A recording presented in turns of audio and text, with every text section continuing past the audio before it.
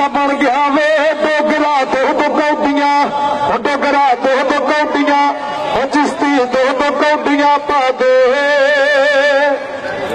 ਹਾਂਜੀ ਸ਼ਹਿਜ਼ਾਦ ਅਕਮਲ ਡੋਗਰ ਆਪਣੀ ਲੋੜ ਤੇ ਦਿਲ ਕਰੇ ਚੂਚਾ ਚੂਚਾ ਚੇ। ਉਹ ਤਾੜੀ ਤਾਂ ਮਾਰ ਦਿਓ ਯਾਰ, ਤਾੜੀ। ਹਾਏ ਹਾਏ ਹਾਏ। ਸ਼ਹਿਜ਼ਾਦ ਅਕਮਲ ਡੋਗਰ ਤੇ ਵਿਕਾਸ ਗੁੱਜਰ ਆਉ ਪੈਦਾ ਜੋੜ ਪਈ ਕਿੰਦਾ ਇਹ ਦੋਵਾਂ ਦੀਆਂ ਜਾਨਾਂ ਤਫਾਕ ਦੇ ਸਰਗੇ ਵਰਗੀਆਂ ਨੇ। ਮੇਰਾ ਤਾੜੀ ਮਾਰੋ। ਪੂਰੇ ਗੁੰਦੇ ਜਵਾਨ ਨੇ ਤੇ ਭੱਜਣਾ ਨਹੀਂ ਨਾ ਕੰਧਾਂ ਵਹਾਣੀਆਂ ਨੇ। ਇਹ ਸਾਡੇ ਏਸ਼ੀਆ ਕੱਪ ਦੇ ਖਿਡਾਰੀ ਸਾਰੇ ਅੱਜ ਤਸ਼ਰੀਫ ਫਰਮਾ ਨੇ।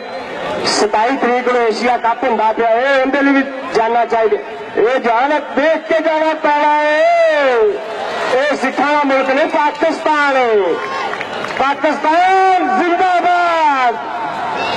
ਅਰੇ ਚੋ ਚਾਚੋ